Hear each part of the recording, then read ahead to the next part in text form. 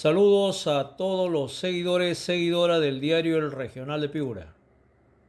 Hoy, 21 de noviembre del año 2025, se realizó una audiencia más en el juicio oral que se sigue contra José Pedro Castillo Terrones, expresidente constitucional de la República. Además, como es de conocimiento, comprende a sus coacusados Aníbal Torres Vázquez, Manuel Elías Lozada Morales, Justo Venero Mellado, Willy Arturo Huerta Olivas y Bexy Chávez Chino. Esta ha sido una audiencia de alegatos finales o alegato de clausura. Antes lo hicieron Aníbal Torres, luego Justo Venero Mellado, Willy Arturo Huerta Olivas, Bexy Chávez, y hoy realizaron su autodefensa. Manuel Elías Lozada Morales, oficial de la Policía Nacional del Perú, que es acusado de haber participado en los delitos que se le achacan a José Pedro Castillo Terrones, y lo hizo el propio José Pedro Castillo Terrones, quien de manera desenvuelta, vibrante y emotiva narró las circunstancias que lo llevaron a leer un documento llamando a un golpe de Estado. Y precisó que aquellas personas que estaban ahí sentadas en el banquillo de los acusados nada tienen que ver con la decisión que él mismo adoptó, que fue recogiendo la problemática a nivel nacional y que él conoce palmo a palmo. José Pedro Castillo Terrones, como es de conocimiento, es acusado de haber cometido el delito de rebelión. Pero el delito de rebelión significa primero un conjunto de personas y segundo que esas personas, con el apoyo de la fuerza pública, es una posibilidad, hagan uso de las armas. Es decir, implicaría que si son encontrados responsables se demuestre que Pedro Castillo Terrones y sus coacusados se levantaron en armas para subvertir el orden constitucional. Manuel Elías Lozada Morales ha explicado de manera fidedigna qué es lo que realizó aquel 7 de diciembre del año 2022. Indicó que él no tenía ningún conocimiento de el presunto intento de golpe de Estado y también precisó que en ningún momento se limitó el acceso y salida de congresistas del Congreso de la República. Por lo tanto, no existe evidencias fácticas, no se ha demostrado en todas las audiencias habidas que Pedro Castillo Terrones y sus coacusados hayan hecho uso de las armas para subvertir el orden constitucional. Además de ello, se debe tener en consideración que la Policía Nacional del Perú no participó en ese hecho, no se sumó al llamado del intento o al llamado del golpe de Estado. Tampoco las Fuerzas Armadas, quienes precisaron el respeto a la institucionalidad, lo que indica que el hecho fue única y exclusivamente responsabilidad de José Pedro Castillo Terrones y así lo ha expresado en su autodefensa, indicando que él no llega a pedir clemencia, simple y llanamente a exigir, como cualquier ciudadano del país, justicia. Se refirió en su debido momento a que la aritmética es confundida en el Congreso de la República. El reglamento del Congreso de la República dice que se puede vacar a un presidente de la República en un solo acto si solo si se logran 104 votos. Y eso no sucedió con José Pedro Castillo Terrones y eso se ha señalado además en las audiencias presentadas.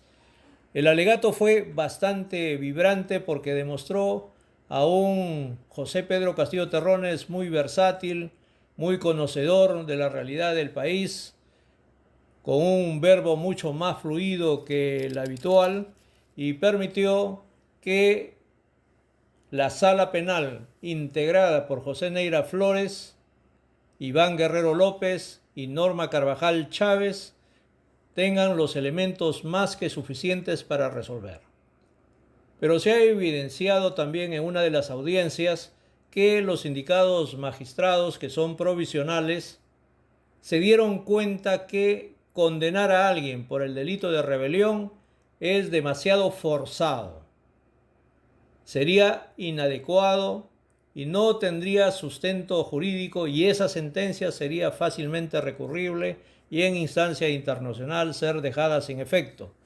Frente a ello, plantearon la desvinculación procesal para considerar la conspiración para cometer el delito de rebelión y de esa manera suplir de alguna manera una justificación para condenar no solamente a José Pedro Castillo Terrones, sino también a los coacusados.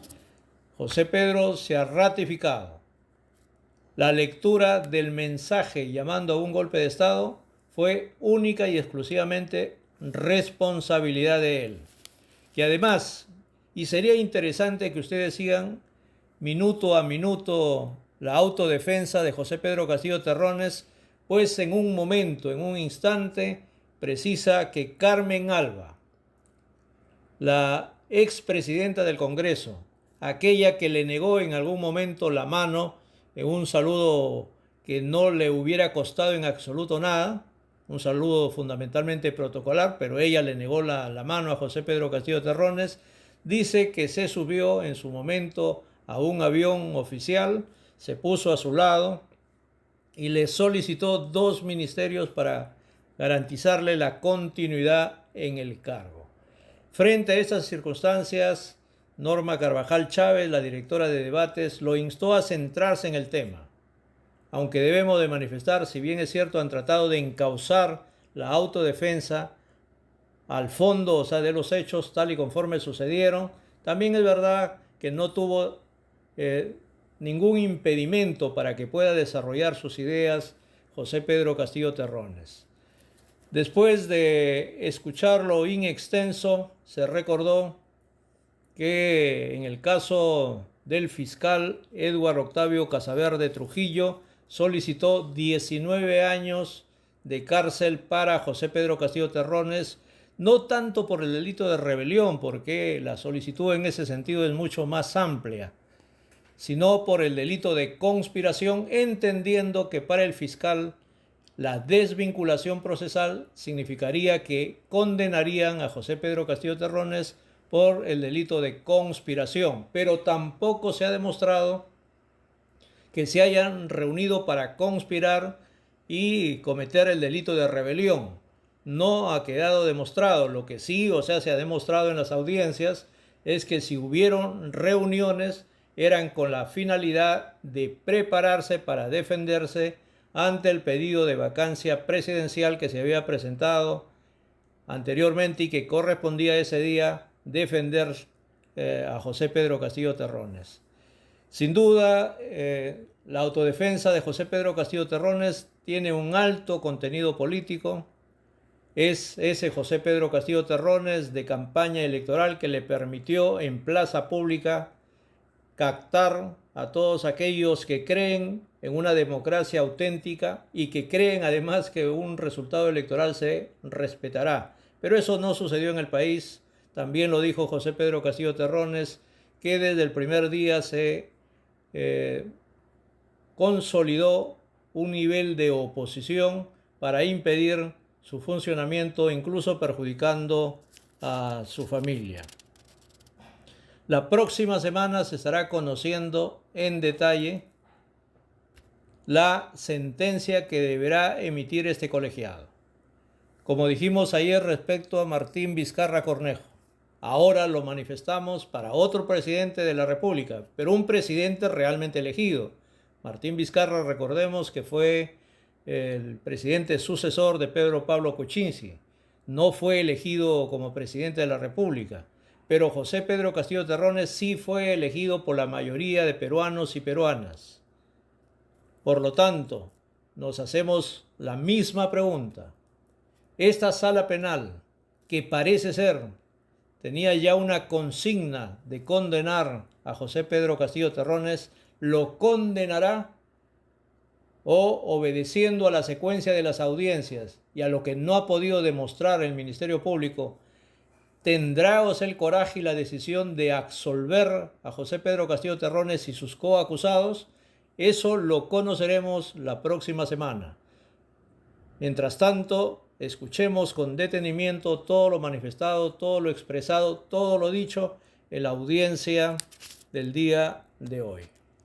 Sala de audiencias de la Sala Penal Permanente de la Corte Suprema, DIROSPEC, PNPAT, del establecimiento penitenciario de Barbadillo, presidido por quien habla, José Neira Flores, e integrada por el señor Juez Supremo, Iván Guerrero López, y la señora Jueza Suprema, Norma Carvajal Chávez, para continuar el juicio oral en la causa número 39-2022-53, sesión número 84, seguida contra los señores José Castillo Terrones, Bexy Chávez Chino, Willy Huerta Olivas, Aníbal Torres Vázquez, Manuel Lozada Morales y Justo Venero Mellado, acusados en calidad de coautores del delito contra los poderes del Estado y orden constitucional rebelión, previsto y sancionado en el artículo 346 del Código Penal en agravio del Estado.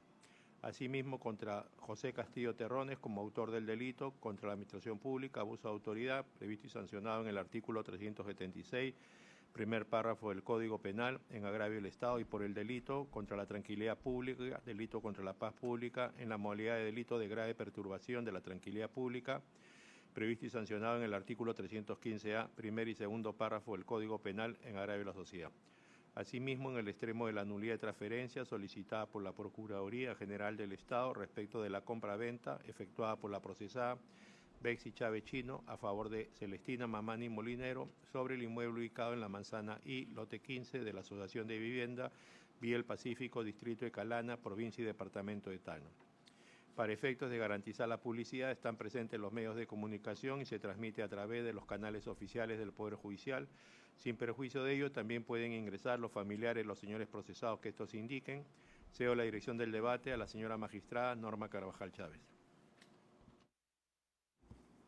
Gracias, señor presidente. Buenos días con todos y con todas. Vamos a realizar la acreditación de las partes.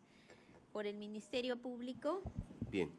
Muy buenos días, señores jueces supremos, colegas de la defensa técnica y demás sujetos procesales que se encuentran presentes. Por el Ministerio Público, Eduardo Octavio Casaverde Trujillo, fiscal adjunto supremo de la Segunda Fiscalía Suprema especializada en delitos de corrupción de funcionarios y demás datos consignados en audiencias anteriores. Muchas gracias. Gracias. Por la Procuraduría. Buenos días, señores jueces supremos, buenos días a todas las partes presentes. En representación de la Procuraduría General del Estado, Jorge Luis Villa de Sahara, con registro del Colegio de Abogados de Lima, 84877 y demás registros y demás datos consignados en anteriores audiencias. Gracias, señor abogado. Buenos días, señores jueces supremos, buenos días con todas las partes. En calidad de interconsulta por la Procuraduría General del Estado, abogado Jorge Eduardo Cano Sánchez, con registro CAL 4877. Gracias. Gracias. Por la defensa del señor Torres Vázquez. Muy buenos días, señor presidente, señores jueces supremos y a todas las partes presentes. El letrado Caseli Moisés Suárez Román, con registro CAL 66204, con los demás datos que lleven en auto. Muchas gracias. Gracias. Señor Torres, buenos días. Señor presidente, magistrada, magistrado, mi nombre Aníbal Torres Vázquez, DNI 0610-5850. Gracias. Por la defensa del señor Lozada. Muy buenos días, señores magistrados, representante del Ministerio Público, Procuraduría y demás partes presentes.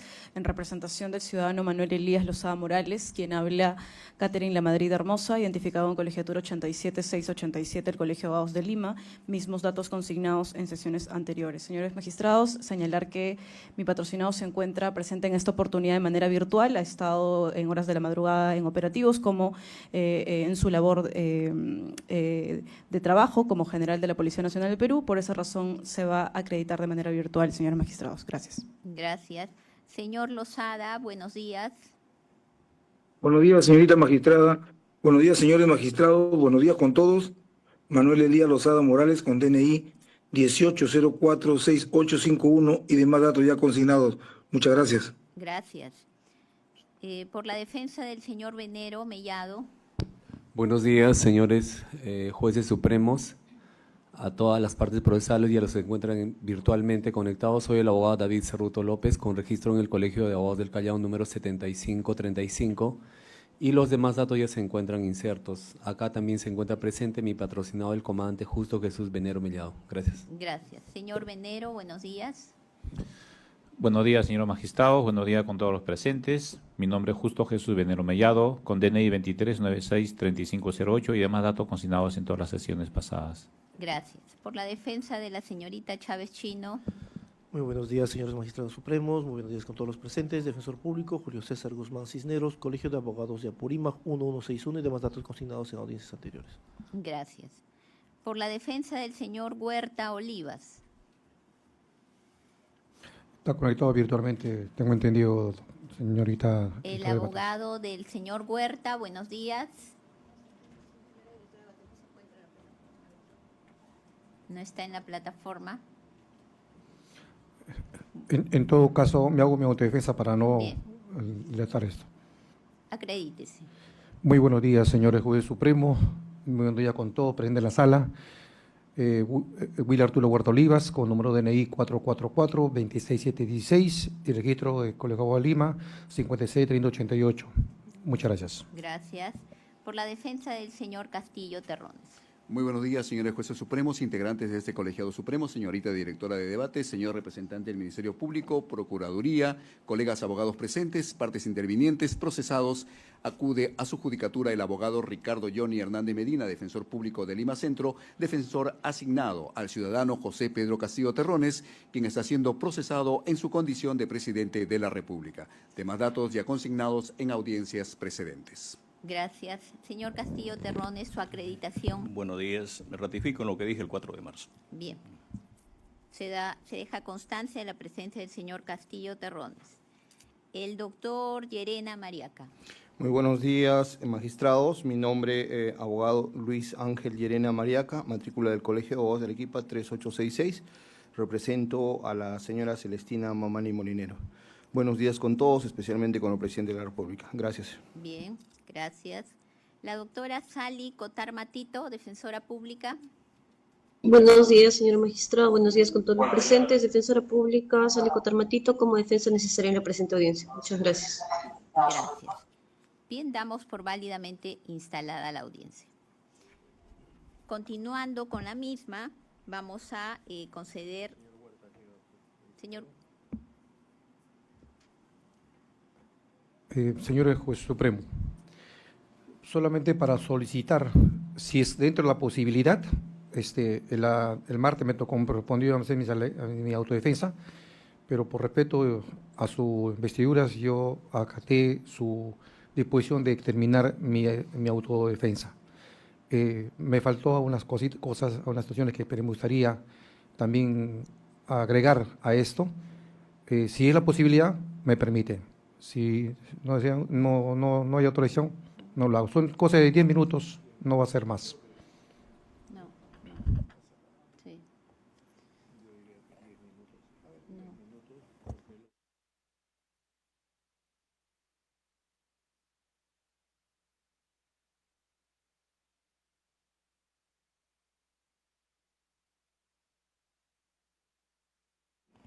Bien. Señor Huerta, el juicio tiene sus etapas y se les dio el tiempo necesario, incluso se extendió. Entonces no es posible. Culminamos con su autodefensa.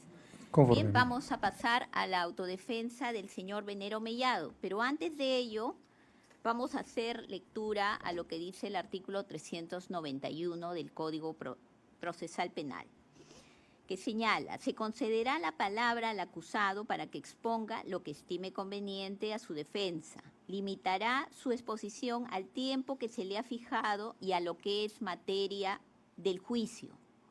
Si no cumple con la limitación precedente, se le podrá llamar la atención y requerirlo para que concrete su exposición. 2. Si el acusado incumple con la limitación impuesta, se dará por terminada su exposición y, en caso grave, se dispondrá se le desaloje de la sala de audiencias.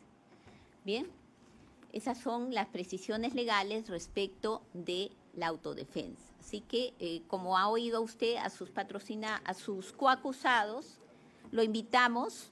¿Cuánto considera usted que durará sus alegatos? No más de 30 minutos, Bien, doctora. lo escuchamos, señor Venero. Muchas gracias. Señores magistrados, muy buenos días. Justicia para un hombre justo que confía en la justicia. Mi nombre es Justo Jesús Venero Mellado, soy comandante de la Policía Nacional del Perú en situación de actividad, con 35 años reales de servicios intachables, servidos a la nación. Quien vengo realizando estudios actualmente en la Escuela de Posgrado, haciendo una maestría como ustedes tienen conocimiento, y les agradezco por dejarme participar virtualmente en algunas oportunidades. Quiero empezar mi autodefensa mencionando una frase que siempre la llevo conmigo cuando fui instructor en diversos cursos de capacitación y siempre les decía a mis alumnos, una frase que decía Immanuel Kant, un filósofo prusiano, que decía lo siguiente: podemos juzgar el corazón de un hombre por cómo trata a los animales. Y lo digo esto porque en los últimos años trabajé en la Policía Canina, en la cual me desempeñé como instructor formando guías, policías y formando también perros o los canes para que nos den protección a nosotros, a ustedes que son funcionarios públicos, haciendo labores de rastreo de explosivos en el Poder Judicial, en el Ministerio Público y en diversas instituciones del Estado para dar ese soporte de seguridad a nuestra nación. Comparezco el día de hoy con mucho respeto absoluto a las leyes, a la justicia, porque soy un hombre ligado siempre al Estado de Derecho, confiando de que el tribunal sabrá valorar objetivamente los hechos comprobados en materia de imputación en este juicio que se me sigue por el delito de rebelión. Afronto esta acusación que no solo es injusta para mí, sino totalmente alejada de la verdad. Se me imputa haber participado en este delito el 7 de diciembre del 2022. Señores magistrados, yo no soy un rebelde, no soy un insurgente, no soy un conspirador. Ese día solamente cumplí mis labores policiales que mi comando me había encomendado, impartiendo disposiciones a mi personal que estaba a cargo ese día 7 de diciembre en inmediaciones del Congreso, vale decir en todo el perímetro. ¿Y cuáles fueron mis funciones ese día 7 de diciembre, como lo he recalcado en muchas oportunidades durante el presente juicio? Ese día yo me encontraba designado para prestar seguridad en el Congreso de la República, cumpliendo la orden de operaciones La Toma de Lima 2022, que pues estaba basada esa orden en dar seguridad al Congreso de la República, a mantener y restablecer el orden público, seguridad a las personas, a los trabajadores del Congreso, y que todo vaya conforme a ley, como está establecido en las normas de convivencia social. Habían grupos que reclamaban el cierre del Congreso, habían otros grupos antagónicos que se hacían llamar la resistencia. Además, había posibles marchas que podrían tomar el Congreso, y justamente la orden de operaciones era para eso, para evitar que personas manifestantes podían irrumpir en las instalaciones del Congreso y en las instituciones del Estado. Y también ese día 7 de diciembre, el expresidente Castillo iba a comparecer al Congreso de la República para ver el tema de la vacancia. Y nuestra función era clara, señores jueces. Era prevenir, mantener, como lo vuelvo a repetir, restablecer el orden público. Yo estaba premunido de mi arma de reglamento, como lo dije en varias sesiones, y mis medios de policía, que era un casco, un escudo, una tonfa, unos grilletes, y vuelvo a repetir, mi arma de puño, que es una pistola que siempre lo llevo en la cintura, en una fornitura. Sin embargo, mi personal policial de la Policía Canina solamente llevaba medios de policía, que son un casco, un escudo, una vara, para restablecer el orden público. Ese día, 7 de diciembre, cuando nos constituimos al Congreso de la República, aproximadamente entre 7 y 8 de la mañana, fuimos un aproximado de 60 efectivos policiales al mando mío. Lo distribuí equitativamente, como lo manifesté en mi sesión, en la última sesión, mis declaraciones, en todas las intersecciones del Congreso de la República. vale decir Guayaga con Junín, Andahuaylas con Junín, por el otro lado Ancash con Andahuaylas y Ancash con Ayacucho, que es la entrada principal al Congreso, y lógicamente en la avenida principal, que es la avenida Bancay.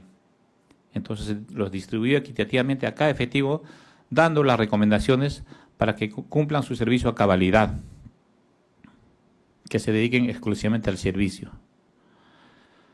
Transcurrieron las horas y todo se suscitaba con normalidad. No había movimiento extraño, diría yo. Los congresistas ingresaban al Congreso de la República por distintos puntos. Y lógicamente las entradas más vulnerables que podían atentar contra el Congreso de la República, contra las instalaciones y sus funcionarios, era el jirón Guayaga con Ayacucho, que está pegado al mercado central. Entonces, por ese punto siempre solían haber conflictos sociales, donde era el punto más cercano para que ingresen y puedan irrumpir a las instalaciones del Congreso. En ese entender, en ese punto siempre había rejas. Las rejas siempre han existido, señores jueces. No es que se han colocado a último momento para, según las teorías del Ministerio Público, para nosotros fortalecer o apoyar el mensaje de la nación de ese momento que se dio por el señor Castillo. El Ministerio Público, con mucho respeto lo digo, en este plenario, y está aprobado, señores, presentó 2 relaciones de servicio de mi personal. Una relación de servicio donde mostraba que habían efectivos policiales de servicio en el Congreso sin armamento. Ellos mismos lo presentaron aquí. Pero simultáneamente presentaron otra relación donde habían 6 o 7 policías que sí estaban con armamento. Entonces yo me pregunto, si esta relación que presentó el Ministerio Público en su momento, y está todo esto grabado en los videos, tenían armamento, sí, reconozco que tenían armamento, pero ¿quiénes eran esos efectivos policiales que tenían armamento? Eran policías que estaban cumpliendo las funciones de conductores de los vehículos, de los 2 vehículos que tenía yo en ese momento a mi cargo, que era un bus y una camioneta en la cual yo me desplazaba. Entonces el bus y había otro vehículo más que llevaba los canes para hacer registro de explosivos en distintas instituciones, como lo dije al inicio de esta locución. Entonces ellos sí llevaban su armamento de puño, porque es parte de un policía, su medio de policía, que tener un armamento, porque recordemos que cuando se da alguna intervención en la vía pública, ellos están en la obligación, porque les faculta la Constitución y las leyes intervenir. Entonces ellos se desempeñaban con su armamento a reglamento, pero ellos en ningún momento vinieron al Congreso. Y también se presentó una relación de servicio en que había una policía femenina que tenía un fusil, un armamento de guerra de largo alcance, que es un AKM coreano moderno. Pero ese efectivo policial de apellido Palacio, si no me equivoco, estaba de servicio en la policía canina, vale decir en la base de la policía canina, que está en el distrito de Rima, dando seguridad a las instalaciones. Entonces concluyo con eso de que en ningún momento ese personal que tenía armamento se constituyó al Congreso. En el Congreso estuvimos exclusivamente personal policial antimotines sin armamento, y solamente tenía armamento mi persona. Y eso fue corroborado en este plenario, señores jueces, en la sesión que correspondió. Respecto al mensaje del señor expresidente Castillo, el 7 de diciembre, señores jueces, aproximadamente a las 11:30, minutos más, minutos menos de la mañana, yo tomo conocimiento del mensaje del señor expresidente Castillo, donde anunciaba el cierre del Congreso y todo lo que se conoce en este plenario. Entonces, como corresponde a todo oficial responsable, yo tenía las órdenes superiores de mantener siempre la tranquilidad al personal, que estén alerta, que no estén distraídos. En muchas oportunidades a veces el personal está con el celular, y mis disposiciones eran claras, de que dejen de celular el celular, estén bien parados, no se distraigan, y cualquier movimiento me den cuenta a mi persona. Pasados unos minutos, después que el señor presidente o el expresidente dio su mensaje, qué sé yo, 30, 40, 45 minutos, yo tomo conocimiento ya de que se estaba dando el mensaje por intermedio de un efectivo policial, y me dice: mi comandante, fíjese en las redes, el presidente está cerrando el Congreso. Yo hasta el momento no sabía nada. Entonces trato de ver el celular, encuentro los canales correspondientes y veo porque efectivamente se estaba dando el mensaje de la nación ya la última parte. Entonces yo en ese momento decía, ¿no? Internamente me preguntaba, hablaba conmigo mismo y decía, ahora, ¿qué se viene? ¿Qué voy a hacer? Porque yo estaba responsable del Congreso, de las inmediaciones y de la seguridad. Recordando lo que había pasado en la anterior gestión que se disolvió el Congreso. Entonces, a esos minutos que pasaron después del mensaje, se da la comunicación por radio y habla el general Lozada, que su indicativo, como ustedes lo han escuchado muchas veces aquí, a Romeo 39. Entonces el general Lozada empieza a hablar por radio y dice, atención todas las unidades, no hay restricción para el ingreso de congresistas ni trabajadores del Congreso, que no sean impedidos, todo con tranquilidad, conforme, dijo. Y esa palabra conforme lo quiero explicar porque de repente en el mundo siempre se escucha, en estos momentos se escucha conforme, pero no entendemos qué quiere decir con eso. Decía conforme, signo de interrogación, ¿por qué? Porque estaba pidiendo que los que estábamos en servicio a inmediación del Congreso demos la conformidad, que sí habíamos entendido o no habíamos entendido, por eso decía conforme. Entonces, pero en ese lapso de ese mensaje o de esa frase, de esa orden que dio el general, había una parte que era ininteligible, de 3 segundos quizás. No logré escuchar, pero si inicialmente yo escuché que decía no había restricción.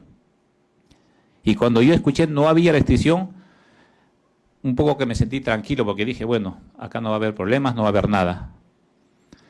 Entonces, seguidamente, yo pedí que se replique esa orden porque la orden no estaba al 100% clara. Entonces pedí al general que me replique la orden. Le dije, mi Romeo, o como llamarlo mi general, no se le copió, se le copió entrecortado. Repita por sierra, le dije. Y lo vuelvo a repetir, le dije, mi general, no se le copió, se le copió entrecortado, repita por sierra. Entonces, a esa pregunta, yo esperé seguidamente la respuesta de mi general, pero pasaron 2 o 3 segundos y no lo hizo mi general.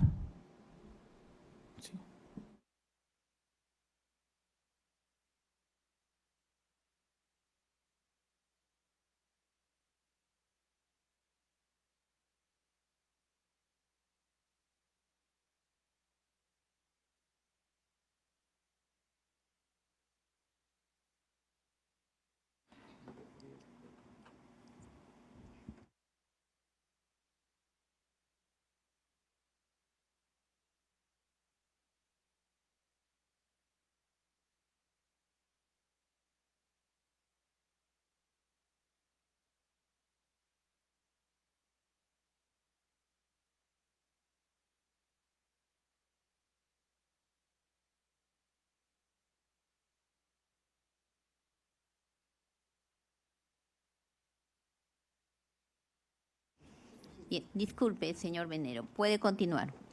Gracias, no se preocupe, gracias. Entonces, cuando yo le replico y le repito a mi general de que mi general no se le copió entrecortado, repita por sierra, como quien dice, repítame nuevamente. Mi general no me respondió en los segundos siguientes, 2 o 3 segundos. Y en ese momento, cuando habla un general por radio y cuando da su indicativo que es Romeo 39, todos quedan en silencio, porque está hablando su general, que es la máxima autoridad de la región. Y nadie decía nada. Entonces, a los 3 o 4 segundos que pasaron, yo ya recibo la comunicación de Zodíaco, que como ustedes lo han visto 1, 2 o 3 veces, lo han escuchado en este juicio, quizás hasta el cansancio. Zodíaco es la central que se encarga de dar órdenes del general o del coronel jefe de la UCE. ¿Y qué dijo Zodíaco? Lo que ustedes lo han escuchado constantemente, y lo repito acá, que lo tengo apuntado al detalle. Es más, lo tengo en la cabeza. Dijo lo siguiente, punto 5.8.9. Por disposición de Romeo 39, no hay restricción para congresistas ni trabajadores al Congreso de la República, de entrada ni salida. Así que le den la seguridad del caso, cuidado que sean agredidos. Tomó nota Polcán 1, se dirigió a mi persona, Polcán 1. ¿Por qué Polcán 1? La abreviación de Policía Canina 1, y 1 es el jefe, el líder de esa unidad, y era mi persona. Entonces me dice, comprendido Polcán 1, se dirigió a mí. Pero simultáneamente había un coronel que estaba a inmediaciones, que era jefe de la UCE. Él entró en frecuencia antes que yo y dijo, conforme UCE 1, el jefe de toda la UCE había dado su conformidad de que el mensaje estaba totalmente claro. Y seguidamente presioné yo el botón de acción de la radio portátil que tenía y dije, Polcán 1, tomó nota, está claro. Significaba de que yo había tomado nota de todo lo que me retransmitió la central de Zodíaco y que estaba claro. Entonces, ese momento, totalmente toda esa orden estaba clarísima, porque la central de Zodíaco, como lo dijimos, lo dije en mi alocución anterior, y así como lo dijo mi general Lozada también, de que la central de Zodíaco es una unidad que sí tiene más capacidad de recepción y transmisión de mensajes, de órdenes, de disposiciones, de comunicaciones, y tiene una antena de más, creo que 8 o 10 metros, que sí recepciona las señales de todas las comunicaciones. Lo que no suele pasar a veces con la radio portátil, que uno presiona, pero por la interferencia de los edificios que se encuentran en el centro de Lima, a veces, en algunas oportunidades, las disposiciones salen entrecortadas. Y eso se demostró en este plenario, de que el audio que ustedes escucharon se entrecortó en un momento. Pero gracias a Dios de que la central escuchó eso y lo replicó tal cual dio la orden el señor general. Esa fue mi única instrucción recibida de Zodíaco, que es prácticamente como si fuera el secretario de general. Si el general da una orden directamente a mi persona o a algún otro oficial, y en ese momento el oficial no responde por alguna situación del momento, porque se dan conflictos, uno está a veces con el volumen bajo o con las manifestaciones, las bubucelas no dejan escuchar a veces. Entonces la central Zodíaco es como un secretario, y ellos son los que retransmiten la disposición a nosotros. Y poniendo un ejemplo, y disculpe que lo tome el ejemplo con ustedes, si ustedes como jueces supremos dan una disposición para que nosotros vengamos a este plenario, ¿quién recibe la orden? La señora asistente o la secretaria, y ellos son los que comunican. Entonces es ese canal de comunicación que existió en ese momento. Y vuelvo a repetir, esa fue mi única intervención, señores jueces, en ese día 7 de diciembre. Y esa orden, repito, pues no tiene nada de rebelión, ni de conspiración, ni de alzamiento en armas. No tiene ningún acto de colaboración ilegal. Así como mis palabras, que se repita, tampoco llevan el mínimo ápice de rebelión, simplemente de protección o ni de bloqueo siquiera. Entonces, transcurrido esa comunicación, todos seguimos trabajando con normalidad. No había más que hacer, nadie más preguntó por radio de que yo no escuché que se vuelva a repetir, nadie. Si nadie preguntó algo, porque todo estaba claro. Y todos ingresaban con normalidad desde ese momento del mensaje del señor presidente, la comunicación en general, todos seguían ingresando con normalidad al Congreso, entraban y salían. Y es más, había congresistas que salían preocupados, haciendo sus comentarios sobre el cierre del Congreso. Habían trabajadores que ingresaban del exterior al Congreso, de repente la desesperación que van a sacar sus cosas porque se va a cerrar el Congreso, pero no sucedió nada de eso. Transcurrió el día con normalidad, pasamos nuestros alimentos, 12, 1 del día, 2:30 nos enteramos de que iba a concurrir al Congreso la señora Dina Boluarte.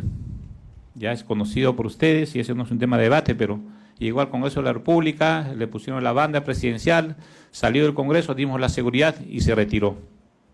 6, 7 de la noche, 8 de la noche llegamos y ya en mi base ya me comentaban un efectivo policial, y lo dije en mi declaración, de que hubo un pequeño percance con una congresista. Y le digo, ¿qué pasó? No pude ingresar por la calle de Guayaga. ¿Pero por qué? No, estaban las rejas. Y como había manifestantes, no pude ingresar. Pero ahí nomás le hicieron ingresar, el comandante Malca le hizo ingresar por la parte de Guandahuaylas, donde era una puerta autorizada, donde ingresaban todos los congresistas. Porque cuando este tipo de eventos hay conflictos sociales, y yo he venido trabajando 3 años aproximadamente en la UCE, siempre las medidas de seguridad que se tomaban eran resguardar con rejas. Y las puertas de acceso principales donde podían ingresar los congresistas, y ellos lo saben, era la puerta de Ancas con Ayacucho, donde ingresan los vehículos.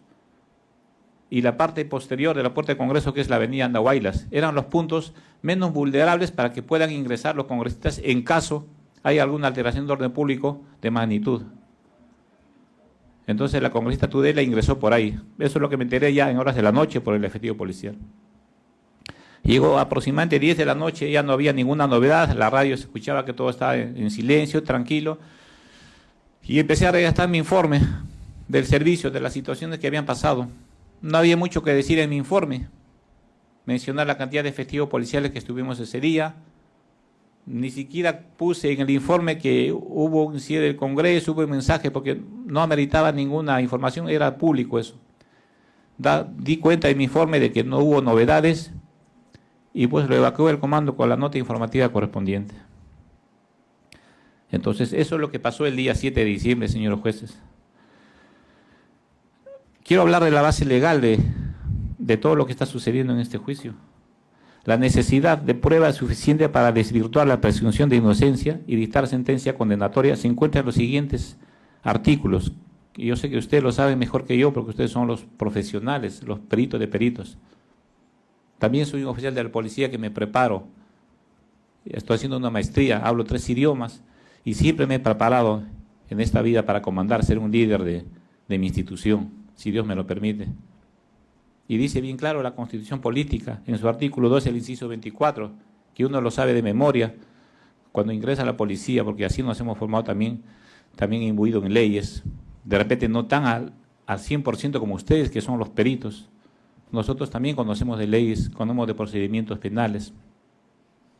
Yo soy investigador con una especialidad de investigación criminal, soy negociador para la liberación de rehenes, soy un personal de la UCE preparado en conflictos sociales, derechos humanos, soy entrenador de canes y lo digo con mucho orgullo porque los perros son mi pasión. Tienen un sentimiento noble que nos hace al ser humano que seamos más nobles nosotros. Entonces, ¿qué dice el artículo 2 de la Constitución Política en su inciso 24? ¿Qué dice lo siguiente? Toda persona es considerada inocente mientras no se declare judicialmente su culpabilidad o su responsabilidad. Ese es un pilar, señores, que exige probidad, la prueba. Si sin pruebas en mi contra, con todo respeto que ustedes se merecen, no me pueden sentenciar sin ninguna prueba. Y el artículo 139 también lo dice en la Constitución y habla lo siguiente, acá lo que tengo apuntado, la observancia del debido proceso. Y en este proceso, en la etapa intermedia, lamentablemente pues no se llevó el debido proceso. Mis derechos fueron vulnerados porque el audio que presentamos en su oportunidad del 2023 no fue oralizado, ni importancia le dieron a ese audio, que era mi prueba fundamental y mi única prueba para defenderme. ¿Algún interés? No lo sé, pero no se oralizó para nada mi audio en la etapa intermedia. Por eso que paso a juicio. Igual el Código Procesal Penal también lo dice en su título preliminar, el artículo 2. Toda persona imputada de la comisión de un hecho punible es considerada inocente. Lo dice el Código Procesal Penal. Y también dice que para efectos de una actividad probatoria debe haber medios suficientes para condenar a una persona. Y la doctrina, también no me quiero meter mucho en doctrina, porque no soy el perito de peritos, no soy el especialista. Pero también dice la doctrina lo mismo. La presunción de inocencia es considerada una regla de juicio y una regla de tratamiento. La condena solo puede sustentarse en pruebas de cargo válidas, lícitas y suficientes, señores jueces. Ustedes lo saben más que yo. La carga de la prueba, el onus probandi, también dice lo mismo. Me han traído a este juicio con una sola prueba, señores jueces.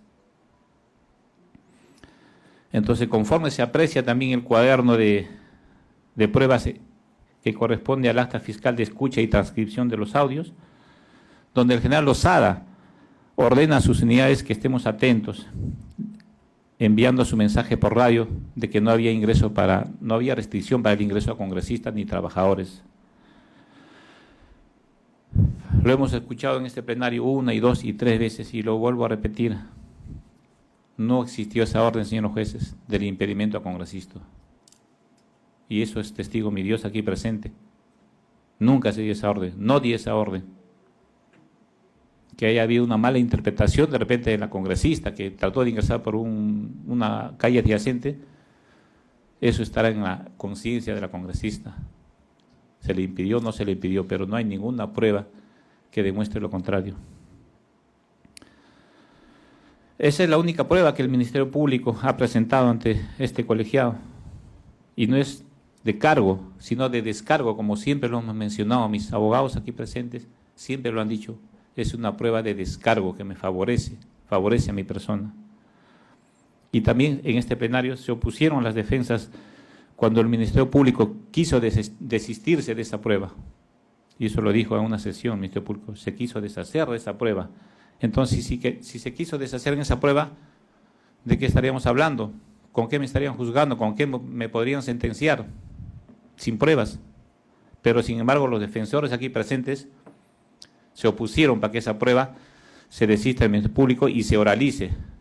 Y yo desde ya les agradezco a ustedes que han sido parte fundamental en ese evento, que aceptaron que esa prueba que son los audios se oralice en este plenario y ustedes lo pudieran escuchar claramente, de que no había restricción para congresistas. Y lo expliqué al detalle, hasta en cámara lenta, y yo creo que quedó claro, pero creo que para el Ministerio Público no quedó claro, que no lo escuchó hasta el momento.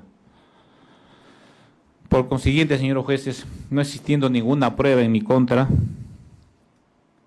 que me trae este juicio, vuestro tribunal tiene la obligación, diría yo con mucho respeto, de absolverme. Lo digo con mucha sinceridad y con respeto. Deberían absolverme por cuanto pues ya no está en discusión la valoración, el análisis y el debate de las pruebas, sino más bien la ausencia de medios de prueba. Además que el mismo acusador, como le vuelvo a repetir, se desistió de esa prueba en su momento. Y los testigos del Ministerio Público, en su momento, en cada sesión, acá han dicho lo mismo que han dicho todos los testigos, de parte mía, de parte de las otras defensas y de parte del Ministerio Público. ¿Qué dijo el señor Roldán Micho en un efectivo policial? Que yo jamás le di la orden de impedimento del Congreso. Él demostró que no estuvimos armados. Se demostró que nosotros cumplíamos una orden legítima dentro del marco constitucional.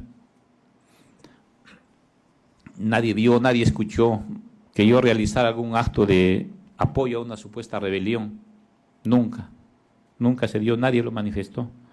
Porque la rebelión, recordemos que exige 3 presupuestos importantes, que es levantamiento en armas, la finalidad de adecuar o impedir las funciones constitucionales y la acción coordinada y voluntaria. Entonces, ninguno de estos elementos están en mi conducta. Absolutamente ninguno, señores jueces. El 4 de marzo, y esto quiero resumirlo, porque de repente no es tema de debate, pero lo tuve acá dentro y quiero decirlo. El 4 de marzo del 2025, cuando se inició este juicio contra mi persona y contra todos los aquí presentes, los acusados, los coacusados, en la sesión 1, la señora fiscal, si no recuerdo mucho, Garlinca Mesa, empezó su alocución con los alegatos de apertura y dijo claramente, y lo tengo apuntado acá, dice, justo Jesús Venero Mellado quebrantó el orden constitucional para la planificación de ejecución. Participaron también, entre otros, mi persona, en su condición de jefe operativo de la UCE. Yo no era jefe operativo de la UCE en ese momento. Quizás desconocía a la señora fiscal, lo dijo. Y lo que más me impactó, y hasta ahora siempre no lo olvido, dice, ¿no? En los próximos días ustedes tendrán la oportunidad de conocer, conforme a la teoría del Ministerio Público, que Castillo y las personas que participaron, como planificaron y ejecutaron el quebrantamiento del orden constitucional. Han pasado casi 8 o 9 meses y hasta el momento no sabemos, no hay pruebas de lo que eso pasó. Y también dijo algo que quiero tocarlo puntualmente. Dijo, Lozada Morales, utilizando su teléfono, se comunicó con Venero Mellado, ordenando que impida el ingreso de congresistas. Y lo dijo así, claro, utilizando su teléfono. Se probó en este juicio, señores jueces, que yo utilicé mi teléfono, alguna comunicación, alguna grabación que me involucren. Ninguna, señores jueces, ninguna. En el momento que a mí la fiscalía me toma mi primera declaración, yo le dije al fiscal en ese momento, no recuerdo el apellido, ahí está mi teléfono, le dije, señor fiscal, levánteme ese otro de las comunicaciones, háganlo, ahí está mi teléfono. Creo que pasaron, pues no sé, una semana o 2 semanas que me tomaron, no recuerdo bien la fecha, pero le dije eso, ahí está mi teléfono, ¿por qué no levanta el secreto de las comunicaciones? ¿Tan fácil es eso? ¿Tan difícil es para ustedes levantar el secreto de las comunicaciones? Ahí están los mensajes, ahí van a encontrar todo. Y todavía me pedía el señor fiscal que lo asesore. ¿Y cómo hago la investigación? Parecía que no conocía de su trabajo, y eso me decepcionó bastante porque no lo sabía. Yo le di algunas pautas inclusive para que haga una investigación. No tendría que decir de eso, pero a veces incomoda esta situación y no tengo que actuar con el hígado, actúo con el corazón siempre. El 27 de marzo también vino a este plenario el comandante Malca, que fue ofrecido por el Ministerio Público. ¿Y qué dijo cuando mi defensa le preguntó si había ese día alguna orden para impedir el paso de congresistas? Dijo lo siguiente: estaba permitido. Y era defensa, era traído por el Ministerio Público, el comandante Malca, no era mi testigo. La declaración de Juan Roldán Michue, el efectivo policial, el 22 de junio, ¿qué dijo? De que el comandante Venero le dijo que debíamos estar atentos. Y yo le dije eso en ese momento: Roldán, atento, hay que estar alerta, por favor, que la gente no se me distraiga. Esas fueron mis palabras así puntuales. En ningún momento yo le dije que impida el paso de congresistas ni trabajadores. Puntualmente yo le dije: estate atento, esténse alerta. Porque recordemos que yo soy un jefe operativo que comando mucho personal. Y en ese momento mi cabeza está en varias situaciones, pensando en problemática del mismo personal, de los animales, si almorzaron o no el personal, si había relevos, o algún vehículo malogrado, tenía que yo dar cuenta de mi comando y solucionar los problemas, porque para eso uno jefe, para ser un gran líder y un gran gestor de su unidad. Y me dedicaba a muchas cosas que en ese momento había llamadas telefónicas, sí lo sabía. No como ese día el señor fiscal me preguntó ¿cuántas llamadas tuvo? ¿Yo qué voy a recordar cuántas llamadas tuve ese día? 50, 60, 70 llamadas quizás. No voy a estar contando las llamadas. Y yo no vengo preparado a este juicio para ver cuántas llamadas he tenido, voy a contarlos para responder con exactitud. No, señores, yo lo digo y lo digo con franqueza y con sinceridad, con transparencia, porque eso es lo que a mí me han inculcado mis padres.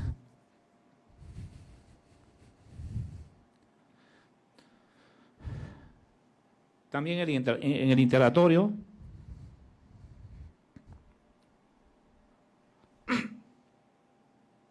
Roldán aclaró de que no recibió ninguna orden de impedir el Congreso. Su interpretación de la orden fue mantener la vigilancia habitual. No hubo novedades ni alteración ese día. Confirmó Roldán Michue de que el personal no portaba armas por ser una unidad antimotines. Eso lo dijo en este plenario, señores jueces. Y reitero nuevamente, no hubo impedimento al Congreso de la República. Eso lo voy a repetir siempre, no hubo impedimento. Tocando el tema de la congresista Tudela, que lo dije en un momento, que ni siquiera es parte de esta denuncia que se me sigue, pero la congresista llegó al lugar y dice que fue impedida. Presentó un video que se presentó en este plenario. Pero en el video que se pudo observar, señores jueces, al menos yo pude observar de que pues había un video. Continúa. Sí, había un video de la congresista Tudela de que mostró que había una filmación donde había rejas, había policías, pero no había ni audio siquiera en ese video. Solamente yo pude observar el brazo o el hombro de una persona femenina. Nunca había la congresista en ese video. Quizás ese video fue de otra persona. Es más, y se demostró, y todos la defensa acá refutaron que ese video era de fecha, si no me equivoco, febrero de 2023, de otra fecha.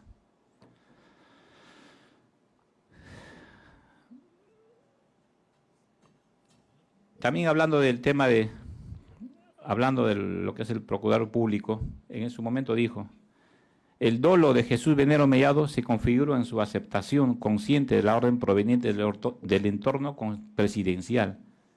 Ellos afirmaban de que yo había recibido con dolo la orden del entorno presidencial. No sé a qué se refirieron del entorno. Nunca me llamó el entorno, ni el señor Castillo, ni sus familiares, ni sus ministros, ni mis generales. Yo no participé, señores jueces, en ningún acto político. No apoyé ni estuve enterado del mensaje presidencial, sino horas más tarde o minutos más tarde. No tenía ninguna relación con la decisión del expresidente aquí presente, y mucho menos con los imputados, que por primera vez los veo, dicho sea de paso. Yo estaba cumpliendo una orden policial, señores jueces, igual que cientos de efectivos policiales que ese día estuvieron ahí arriesgando su vida, como siempre lo hacemos todos los días. He sido expuesto injustamente en la prensa, señalando como un insurgente, como presunto coautor de rebelión, sin ni siquiera haber una prueba. Respecto a lo que solicita el Ministerio, el Procurador Público, dice lo siguiente: el día 7 de diciembre, pues se irrogó gastos al Estado y todo lo que ustedes lo han escuchado. Se causó un malestar a la población, gastos al Estado representativos de más de 64 millones. Y yo me pregunto, ese día donde yo estaba comandando, no gasté ni un gas lacrimógeno, señores jueces, porque no tuve conato, no tuve enfrentamiento con ningún manifestante. Lo que sí pudo haber allá por el Parque Universitario, el Girón Cusco, sí hubo algunos enfrentamientos, que lo dijo mi general el día de su alocución, en sus alegatos de cierre de clausura.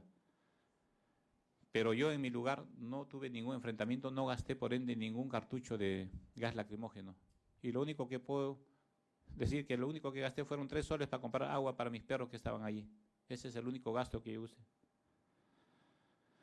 Por eso que yo siento a veces una indignación total, porque gracias al Ministerio Público perdí los mejores momentos de mi vida, de mi familia. Yo merezco respeto, señores jueces. No quiero que me tengan clemencia, ni pasión, ni piedad. Simplemente merezco respeto porque soy un policía, soy un oficial con una proyección y soy inocente. Y las pruebas lo dicen. Una vez más lo digo, señores jueces, en este plenario, ¿cómo se me puede juzgar sin pruebas? De verdad que no entiendo. Mi familia también está afectada ya psicológicamente y emocionalmente por todos estos temas de todo el año en la que he venido llevando injustamente. Se me pretende encarcelar, como dice el Ministerio Público, con 11 años, sin pruebas. Soy un soldado de la ley, señores jueces. Siempre lo he sido y estoy enfrentando este juicio con mucho valor y dignidad, porque así he sido formado por mi padre, con valores y principios y una férrea convicción de servicio al prójimo. He enfrentado siempre amenazas reales, he perdido compañeros en la zona de emergencia, en el Guayara, donde he trabajado muchos años. He estado por las alturas del Cerro de Pasco, de Junín, enfrentando también los fríos, las inclemencias del tiempo. He estado acá en Lima enfrentando en diversos escuadrones de emergencia, de la DINOES acá, he trabajado también. He enfrentado toda la lacra social que quieren desestabilizar nuestro país y quebrantar el orden constitucional y el Estado de Derecho. Nunca lo he permitido. He arriesgado mi vida también por defender al Estado y sus instituciones. Y esa es una ironía de la vida, que el mismo Estado ahora me quiera condenar. Y traje acá esto presente. Defensor de la democracia. He sido condecorado hace unos días por el Congreso de la República. Irónica es la vida. He sido condecorado como defensor de la democracia y tengo acá mi medalla que lo voy a llevar con honor siempre. No merezco ser tratado, señores jueces, como un enemigo del Estado. Cuando yo fui quien desempeñó una labor muy profesional y calma en ese día complejo para la nación. Para terminar, señores jueces, ustedes sí han escuchado los audios, han sido testigos en cada audiencia de lo que se dijo en ese audio, lo que hablaron los abogados, el general Lozada, que está en la misma línea que yo, ni siquiera tengo amistad con el señor general. Lo conocí recién en 2 o 3 oportunidades, ni siquiera hablo con él. Nunca tuve la oportunidad de estar a su lado para poder conversar y darle un abrazo de hermandad, de fuerza. desde ya a ustedes les agradezco nuevamente a ustedes por estar acá presente, testigo de muchas batallas también en las que he salido ileso. Y siempre dije la verdad y lo voy a decir diciendo, pese a lo que pase, a lo que ustedes puedan decidir. Y fueron ustedes, como vuelvo a repetir, que me aceptaron presentar este audio. De lo contrario, estaría sin pruebas. Sin reiterar Sí, ya argumentos. discúlpeme, gracias. Y para terminar, señor jueces, también había una frase que siempre quería acuñarlo a ustedes, y para la investigación, que esto ayuda bastante, quizás al Ministerio Público, que lo decía un francés, Edmundo Lucar, y ustedes lo deben saber desde sus inicios: el tiempo que pasa es la verdad que huye. Eso se debió aplicar en su momento. Yo creo que yo no estaría acá si los señores del Ministerio Público hubieran pedido los audios y los videos del Congreso de la República, donde nunca se vio nada. En esta etapa de mi vida, señores jueces, recién entiendo que cuesta mucho demostrar la inocencia de una persona. Les pido que no permitan que se mancille el honor de un policía inocente. La justicia no puede condenarme. Yo confío en ustedes, confío en la verdad, porque no se ha acreditado nada, ni mi participación, ni ninguna orden irregular, ni actos de violencia, alzamiento en armas, ni conspiración, ni rebelión, ni una finalidad delictiva. Mucho respeto a su señoría, pido a ustedes se me absuelva de este juicio, de este cargo, así como de la reparación civil. Confío que se hará justicia y que Dios y mi Padre los guíe en su camino del derecho, y que sus corazones y su capacidad profesional los guíe sin ataduras cuando esto haya terminado. Muchas gracias. Gracias, señor Venero. Bien, tiene la palabra el señor Castillo Terrones. Vamos a escuchar su autodefensa y reiteramos, queremos escucharlo, usted lo ha dicho en varias ocasiones, sobre los hechos vinculados a la acusación. ¿Entendió la explicación? Buenos días, sí, perfectamente. A ver, un momentito.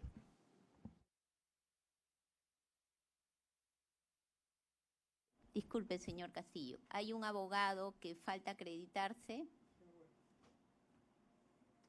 Sí, buenos días, señores jueces supremos, integrantes del colegiado. Con las dispensas del caso, no pude acreditarme al inicio. Abogado Alessandro Castro Guamán, con colegiatura 479 del Colegio de Abogados de Huancavelica, como defensa del ciudadano Huerta Olivas. Muchísimas gracias. Gracias. Bien, ahora sí, tiene usted la palabra, señor Castillo.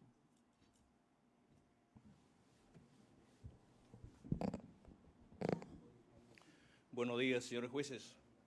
Buenos días, pueblo peruano. Comienzo no con un eslogan filosófico ni con entendidos en temas jurídicos, sino lo que dice el mismo pueblo. Hermano, dame tu mano, vamos juntos a buscar una cosa pequeñita que se llama libertad. Hoy comparezco ante ustedes como un presidente de la República secuestrado por un proceso injusto y un proceso diseñado para destruirme.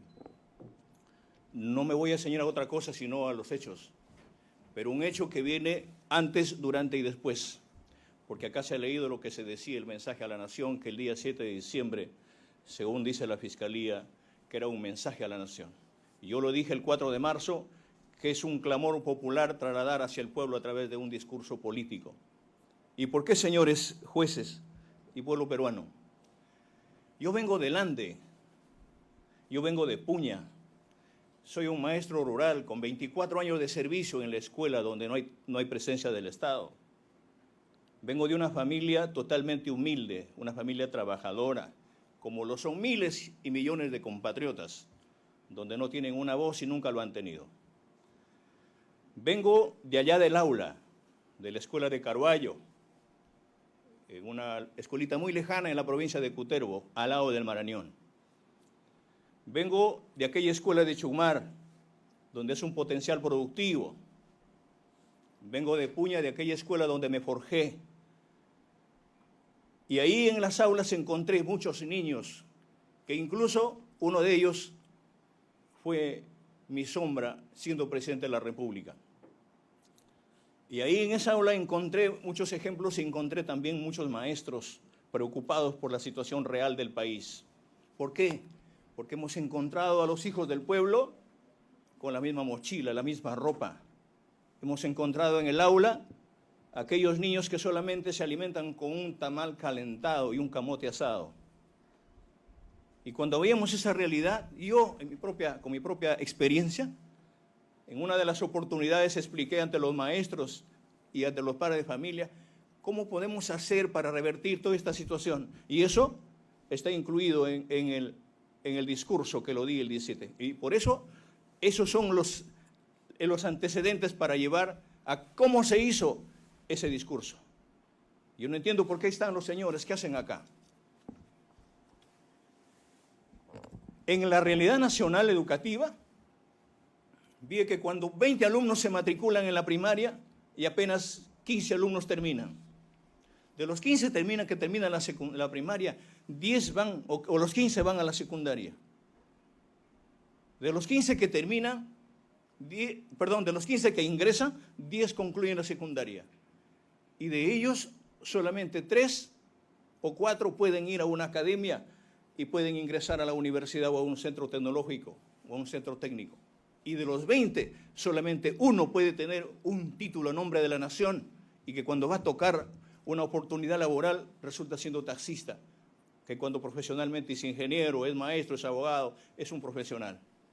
¿Y los 19 dónde quedan?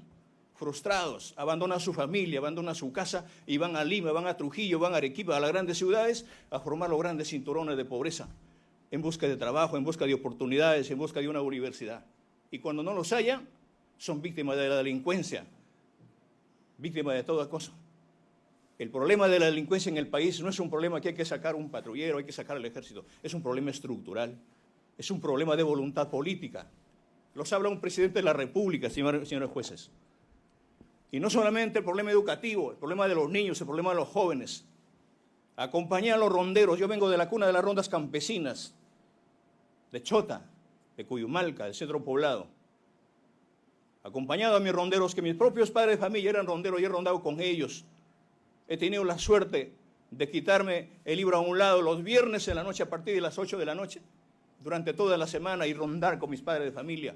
Usted va, señores magistrados, a Chota, a mi pueblo, dejen su carro, dejen su moto ahí la van a encontrar. No necesitan un policía para que la cuide. Esas son las verdaderas autodefensas que asumimos.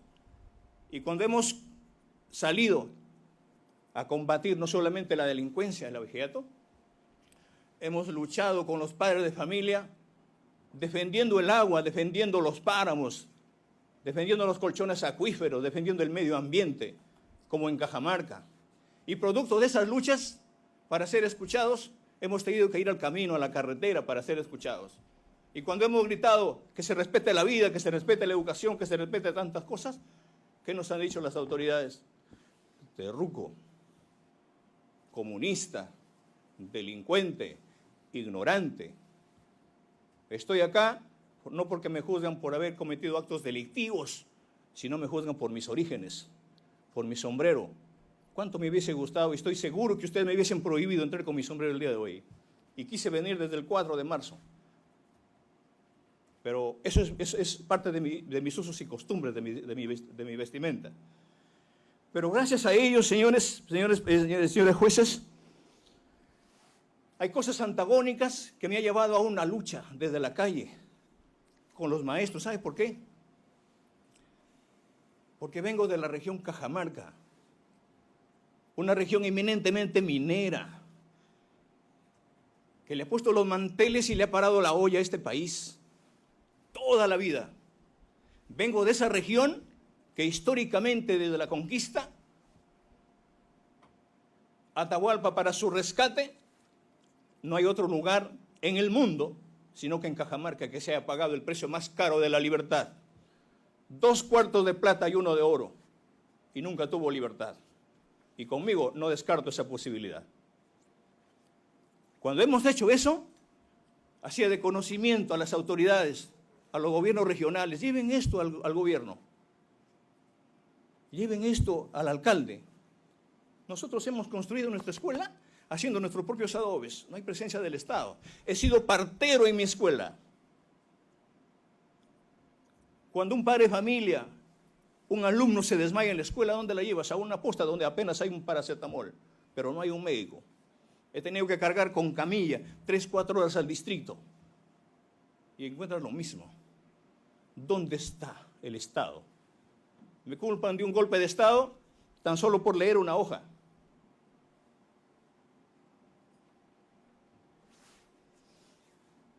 Pero he encontrado la realidad que sí es producto, me dicen que es un golpe por leer una hoja, pero esto sí es producto de un golpe. La realidad lo dice a gritos.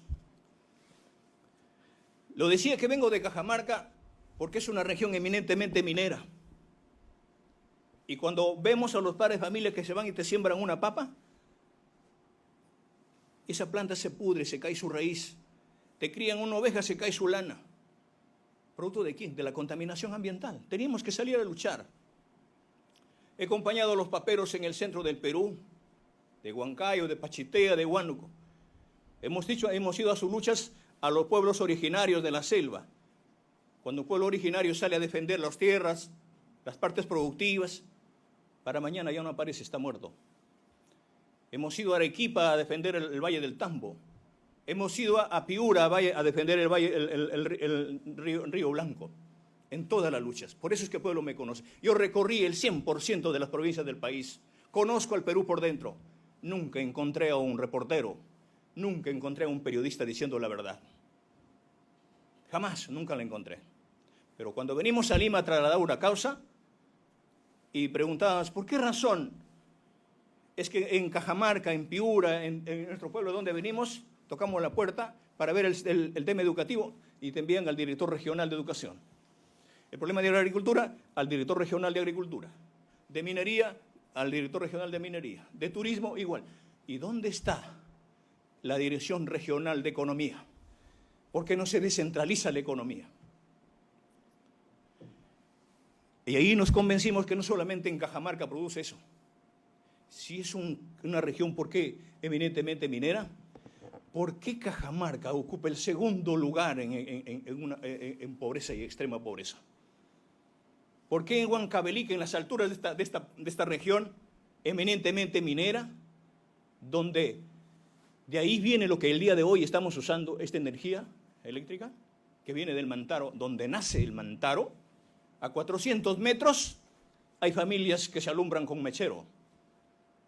No hay luz eléctrica. ¿Por qué en el Cusco, cuando usted va a ver, y pomposamente decimos que tenemos al gas de Camisea, a 1 kilómetro, hay familias que cocinan con leña? ¿Por qué al litio se le mira a Puno? ¿Por qué? Porque había en mi gobierno exigiéndome que entregue el litio fuera del país. He acompañado a los pescadores, he acompañado a cuidar el mar que acaban de entregársela. Aquellos pescadores que luchan, meten su lancha para sacar cuidadosamente y cuidan las especies, cuando de la noche a la mañana se viene toda una embarcación y se la lleva con todo. A Puña llega solamente un pescado salado, mientras al extranjero se lleva la mejor harina de pescado. Hemos sido potencia en harina de pescado. Hemos luchado junto a los hermanos agricultores, a los estudiantes, a la clase obrera, a las amas de casa. Todos ellos son los que me eligieron como presidente. Aquellos que nunca fueron escuchados. Y cuando traje a Palacio de Gobierno toda esa causa, hice de conocimiento al gabinete. Y le decía qué hay que hacer por el país y les planteé la columna vertebral de mi gobierno. Pero aparecen ahí aquellos perdedores. En la campaña fuimos 18 candidatos. Yo inhabido, no existía, porque estaba con el pueblo, escuchando su causa. ¿Qué hay que hacer con el gobierno? Cuando paso a la segunda vuelta, ahí empieza el golpe. Yo no fui el golpista, tampoco soy golpista, no soy terrorista, soy un maestro, soy un campesino. Nos han quitado todo, nos han quitado la esperanza, nos han quitado la educación, nos han quitado la salud, lo ha demostrado la pandemia. Nos han quitado los derechos, pero también nos han quitado el miedo, señores magistrados. Señores magistrados, he sido víctima de difamaciones, de imputaciones, de terruqueos. Me han dicho ignorante, que tengo un nivel bajo. póngame al piso si quiere, pero soy de abajo. Soy de los miles de millones de compatriotas. Y ahí empezó gracias a aquella guerra de odio, de miedo. Cuando llego a Lima, me doy cuenta que las familias en Lima no pueden tomar un desayuno si no existe un pan. Y usted va a la punta del cerro, ¿cuánto sufre una familia para tener un sol de pan en su mesa? Y cuando pregunto, ¿cuánto está un pan? 3 por un sol, 4 por un sol. Soy agricultor, nadie me va a enseñar cómo se siembra un arroz, un café, cualquier planta. Y la puedo demostrar en la selva, en la costa y en la sierra.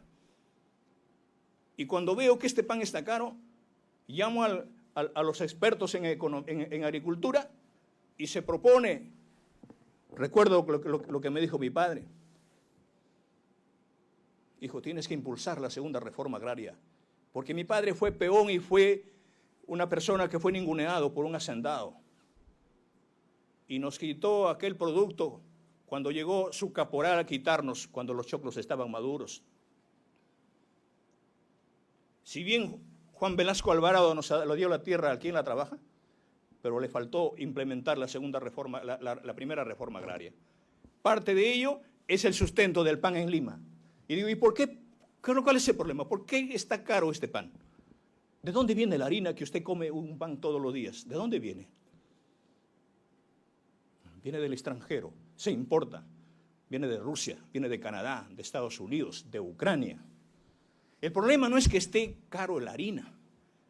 El problema es que pasa por 10 manos para llegar al Perú y quien se beneficia son los grandes empresarios y el que sufre es el pueblo.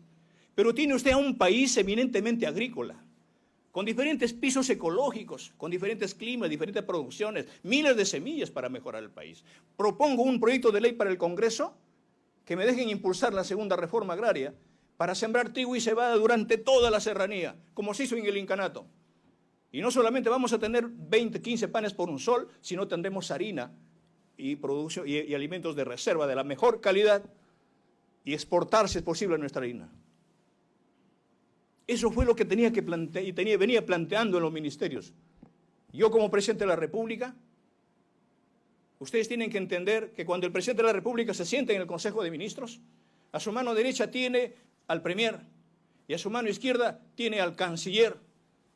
El presidente de la República es el responsable de conducir la política exterior, pero también la política interna.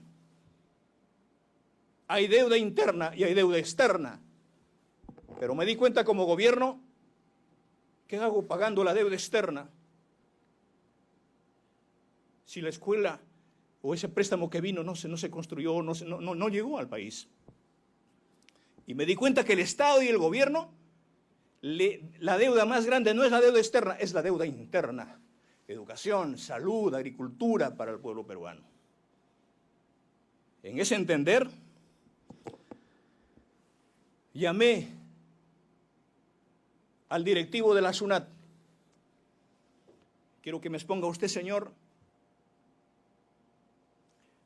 ¿cuál es el problema? ¿Por qué? ¿Qué está pasando con el país? Hay empresas mineras, petroleras, gasíferas, madereras.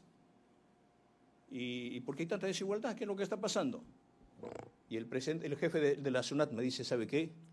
Nosotros hemos venido cobrando las grandes deudas, pero hay un poder judicial, hay fiscales que le dan la mano a las empresas y le dicen, ¿sabes qué? No te preocupes, que esas grandes deudas no vas a pagar porque hay que esperar que se hagan. Ellos son deudas viejas. Y las nuevas hay que esperar que se hagan viejas. Pero no importó. Llamé al ministro de Economía y le dije, acá no se trata de estatizar la economía, se trata de democratizarla. En ese entender, fueron aquellas empresas que miraron al país y miraron al gobierno, que no pedía para el bolsillo, no pedía para mí, no pedía para el ministro, pedía para mi pueblo. O en todo caso, que esas deudas se canjeen con obras, que se hagan puentes, que se hagan escuelas, que se hagan hospitales. Y cuando empiezo a cobrar las grandes deudas, salpica el problema con Pedro Castillo, no como individuo, sino como un gobierno que dice, hoy ha entrado un gobierno comunista, te va a quitar tu casa. es un chavista, es un golpista. Hay que meterle los ojos en Zarratea. Hay que crear el Neficop. Pone el caso de Anguía, de su esposa, de su hija, de sus hermanos, el gabinete en la sombra de los niños, tantas cosas. 3 años, señores magistrados, a mí se me ha incluido por actos de corrupción. Y no me la van a encontrar porque yo no vine para eso. Y acá la digo al país y ante ustedes. Si a mí me encuentran una cuenta donde haya jalado un centavo para Pedro Castillo, para mí, o haber una cuenta afuera, o tener una propiedad, y me encuentran un indicio de corrupción, yo no voy a pedir pena de cárcel. Pido pena de muerte. Porque eso es lo que se tiene que corregir en el país. Que empiecen por mí. ¿Dónde están las pruebas? Ahí aparece, yo llamé a la prensa a Palacio en 2 oportunidades. Y me trajeron un decálogo para firmar en el momento y le dije, pues tengo que leerla. ¿Cómo puedo leer en el momento ahí y entregarla sin saber cuál es su contenido? Y ahí me hicieron entender de que debo llevar el mismo camino que otros gobiernos. Usted tiene la oportunidad de quedarse sus 5 años. Pero ¿cómo es? Esa plata que les prohibí a los medios de comunicación, la destiné para Juliaca, para el agua potable, a Alto Piura y al Hospital Antonio Lorena del Cusco. Aquellas grandes empresas preocupadas porque no firmaba su hoja de ruta y porque empecé a pagar las grandes deudas históricas al país, le dije, ¿qué tenemos que plantearle a este Congreso? Y viniendo de Lima decía, pucha, que hay un Congreso, un Poder Ejecutivo, un Poder Legislativo, un Poder Judicial. Hay que ir y tocar las puertas de este Congreso para que hagan las leyes a favor de los que nos han elegido. Y planteé que hay que terminar con el problema educativo y se geste el ingreso libre a las universidades. ¿Cuántos jóvenes luchando las puertas en las universidades terminan las secundarias, no pueden ingresar? Hoy, hasta el 2025, ya hubiésemos implementado el ingreso libre a las universidades. Llamé al ministro de Salud y le planteé el primer nivel de atención. Yo les planteo y les digo, señores magistrados, ustedes pueden tener salud, están preocupados en el derecho, pero me imagino que ni siquiera ustedes han hecho su último chequeo médico. El padre de familia, el ciudadano, se saca todo el jugo trabajando y cuando ha forjado su vida, vienen los años, se va a un médico y descubre que tiene un cáncer a la 3ª etapa.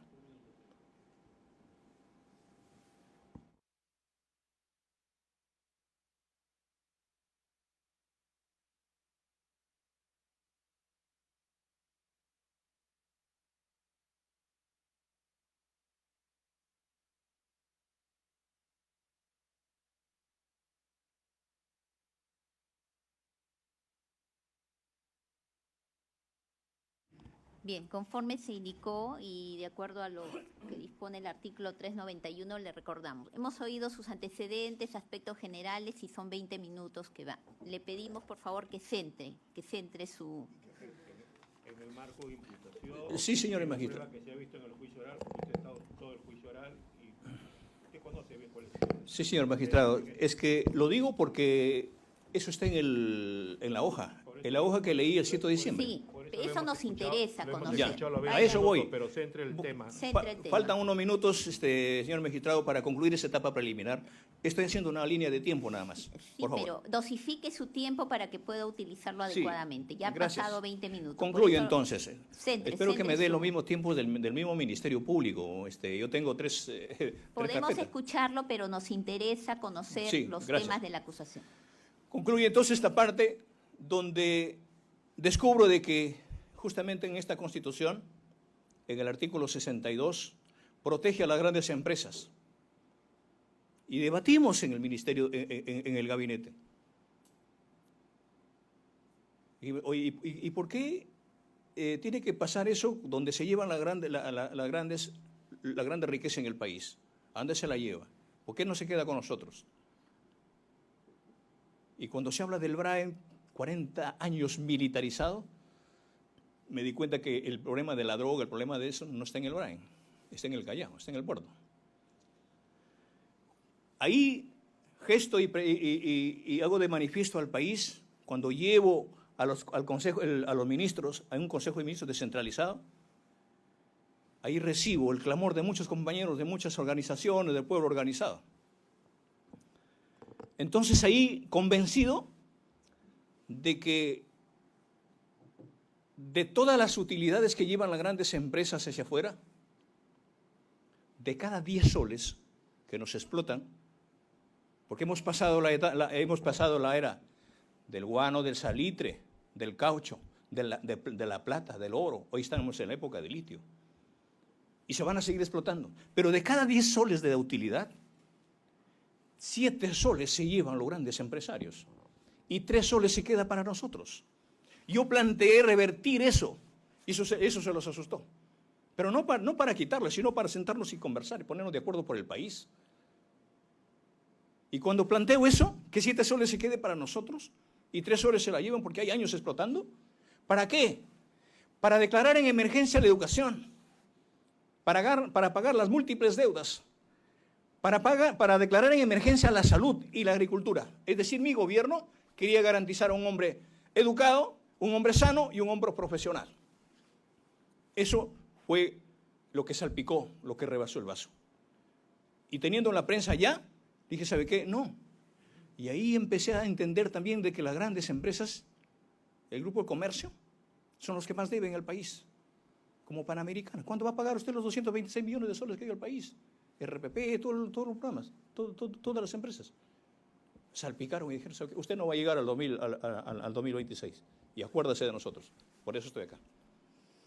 Producto de eso, cuando digo que hay que demostrar, invertir eso, ¿para qué? Porque creíamos que en el Perú ningún trabajador con título a nombre de la nación que le dé el Estado debe estar en la calle. Joven que termina su universidad con título, a trabajar, garantizarla. Concluye en un minuto, doctor, y paso a la parte central. Pagar la deuda externa, que no debe haber ningún empleado contratado en el país. Y el problema del transporte, oye, elimínese la ATO, elimínese la SUTRAN, porque son temas que se han hecho todas estas cosas. Pero eso, 64 proyectos de ley al Congreso de la República y no se implementó. ¿Y en dónde empiezo a escuchar este tema ya? Cuando asumí el gobierno, señores magistrados, ustedes deben recordar, yo asumí el 28 de julio del año 2021. Al día siguiente se produjo un sismo en Piura. Abandoné la parada militar y fui a atender a esa población y pedí el avión presidencial. Y me dijeron, ¿sabe qué, señor presidente? El avión presidencial está fuera del país hace 3 meses en mantenimiento. Volví a pedir el avión presidencial para ir al BRAE y me dijeron, ¿sabe qué? A fines de septiembre está llegando. Cuando tenía que ir otra vez a supervisar el problema de Piura, volví a preguntar, me dije, en noviembre llega. Y cuando fui a Ayacucho a hacer mi informe de los 100 primeros días, ofrecí y dije al país, voy a vender el avión presidencial. Cuando regresé, me dijeron, me recibió uno de la FAP. ¿Qué tal? ¿Cómo está? Preocupado, presidente, por su anuncio. ¿Y qué ha pasado? ¿Usted va a vender el avión presidencial? Sí, ¿por qué? Porque no me es útil. ¿Sabe qué, señor presidente? Usted programa de acá a 15 días alguna actividad. Hemos exigido que venga el avión presidencial urgente. ¿Sabe qué, señores magistrados, pueblo peruano? Nunca salió el avión presidencial al mantenimiento. Hubo una orden para que no la use. En plena pandemia, cuando hubo un problema de la uria y habían gritos que decían, muerte a Castillo, vete al carajo, tantas cosas. Señor Castillo, vamos al tema central. Por favor, estoy culminando. Y dispuse de que el guano de la isla se vaya a los agricultores, porque es un problema de emergencia. Y eso está en lo que se ha leído, por favor. Y me di con una sorpresa de que la propia Marina estaba llenando las embarcaciones chinas, robándose el guano de la isla, en vez de dar el mensaje, en vez de dar, perdón, el abono al pueblo peruano. Todas esas cosas el pueblo debe saberlas. Va a haber un momento que el pueblo sepa todos los detalles. En ese entender,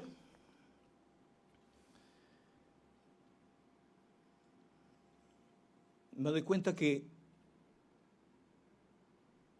no tenemos un aeropuerto del Estado. Una pista, 1 metro de pista, no corresponde al Estado, no corresponde al país. Está concesionado. Por eso los peajes. Y los peajes no deben existir. El 100% de los peajes en el país debe desaparecer. Estimados magistrados, ¿y cómo se tiene que cambiar esos contratos ley? Estoy hablando de esto, que está en el artículo 62. No lo puede cambiar el presidente, el Congreso, no lo pueden cambiar ustedes, no lo puede cambiar nadie, salvo el pueblo a través de una asamblea constituyente. Tenemos que cambiarlo, pero con participación ciudadana. Todo junto con el pueblo, sí se puede. Juntos con el pueblo, todo se puede. Asumiendo mi gobierno, también fui a Ancón a ver la ciudad del Bicentenario. Ustedes deben saber eso, por cultura. Y fui a ver, y cuando subo al helicóptero encuentro a la presidenta del Congreso a mi costado, la señora Mari Carmen. Hace un cambio con mi seguridad y se sienta a mi lado y se toma un selfie, y no le interesaba visitar la ciudad del Bicentenario, porque yo tenía una actividad, ir, supervisar y volver. Y cuando se sienta a mi lado me dice, me codea y me dice, necesito 2 ministerios para que te quedes hasta 2026. Yo pensaba que era una broma porque le dije, ¿cuándo vamos a ir a Contumazán? Porque ella es mi paisana. ¿Qué Contumazán y Contumazán? Yo necesito 2 ministerios. Y en eso entendí, yo pensaba que era algo así como paisano, ¿no? No le interesaba ver la ciudad, yo hice mi función, hice el trabajo, regresé, subió, se volvió a sentar a mi lado. Cuando llegamos al grupo número 8, y me dice, estoy hablando en serio, ¿me vas a dar o no me vas a dar? No, le digo, ¿por qué? Tengo que compartir eso. Tienes que hacerlo, me dice. Tienes que compartir el gobierno. Tienes que hacerlo, si no, ¿cómo vas a gobernar? Por eso es que hicieron conmigo y pusieron a una y otra persona para ver, ¿sabes qué? Hacete esto y el resto. Porque yo no me sometí para eso. Y al final él me dijo, ¿sabes qué? Si no me vas a dar los 2 ministerios, quiero que no me la toques a los agroexportadores de Ica, porque ahí trabaja mi marido. Cosas así, o sea, de frente, lejos de decir, he presentado estos proyectos de ley, tenemos que agendarla. Sí, pero nos interesa el tema central y ya se Por lo favor, vamos doctora, reiterando. el pueblo por favor. necesita saber, escúchame. No, es que este está no bien. es un escenario Sí. político. Acá No es escenario político, son las necesitamos realidades. saber, Doctora, le es la hemos dado verdad, más de 20 minutos. Doctor, por favor, un hito. Ya vamos 30 minutos Sí. y usted no ingresa al tema central. Ingrese, por favor. Concluyo, doctora. No, ingrese al tema Sí, central. sí, por eso, ¿me entiende? Cuando yo hago mención, a ver, de todas estas cosas, justamente para encajar cómo se elabora ese documento, pero usted no me deja participar. Todas esas cosas, cuando yo traslado al gobierno, al país, recibo folders, recibo solicitudes y recibo a través del personal. ¿Y sabe quién es el testigo que debería estar acá en todo caso? ¿Cuál ha sido mi actitud? Es el edecán. Porque el edecán personal, la persona que está al lado del presidente, sabe qué recibe, qué te da, quién viene, quién ingresa, quién no ingresa, a qué hora come el presidente, qué es lo que está haciendo. Él es el testigo presidencial, es la persona más cercana al presidente de la República. Y él ha venido acá. A él y a mí, nadie nos puede poner una verdad ajena. Porque con estos señores que están acá, si bien es cierto nos hemos reunido con el doctor Aníbal, la doctora Betsy, fue porque yo ya llegaba a una tercera vacancia presidencial. Yo recibí al pueblo en Palacio de Gobierno. Yo no me reuní a puerta cerrada con empresarios, con la prensa, nada. Yo abrí las puertas de Palacio. Ingresaban todo el personal, todo el pueblo peruano. Y ahí me encontraba, señor presidente Castillo, algo de salud, algo de agricultura, cómo reconstruir, cómo atender las necesidades. No me va a creer, señores magistrados, habrá habido un promedio de 4 o 5 quintales de solicitudes en el despacho presidencial. Y ahí hacía y revisaba así, y ahí encontraba algunas sugerencias, ¿me entiende? Yo tenía un aproximado de 16 a 17 mensajes a la nación o discursos al país, elaborados con su CD, con su CV, y todos los he revisado. Yo me la he revisado. Acá no hay que hoy guarda relación de lo que dijo el doctor Aníbal, de lo que... No, nada. O sea, se me cree inepto para revisar un escrito. Y cuando se gesta todas estas cosas, el 6 de diciembre yo llamo al señor Mendieta para que llame a algunos ministros que tenía y mis abogados. Estaba el doctor Pepe Manchego, el doctor Benji Espinosa, los ministros como el ministro de Justicia, y empezábamos a estructurar cómo voy a participar al siguiente día en el Congreso, 3 de la tarde. Yo quisiera que ustedes le hagan un seguimiento a la notificación de la tercera moción de vacancia, cuando llega a Palacio de Gobierno, y no la pude recepcionar porque estaba invisible. Nunca llegó la notificación para asistir. La regresamos porque no se podía leer. En ese entender, todo estaba programado y viendo qué es lo que teníamos que hacer al día 7 de diciembre. ¿Cuántos minutos va a hablar el doctor Palomino Manchego, el doctor Benji, y cuántos minutos voy a hablar? Pero también había problemas de agenda. Y escuchaba y compañeros y decían algunas personas, amigos, organizaciones, el pueblo que me eligió, estaban en la calle. Te vamos a acompañar, fuerza, presidente.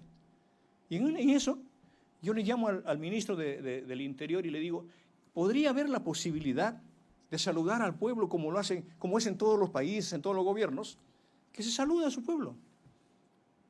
A mí me pueden negar saludar a mi pueblo peruano, y si es posible en la Plaza de Armas, saludarla, hacerles entender qué viene de acá, qué cosas vamos a hacer.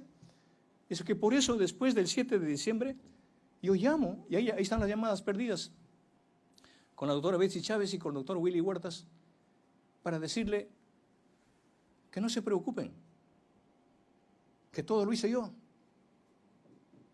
que ellos no tendrían por qué preocuparse, que ellos no han cometido ningún delito.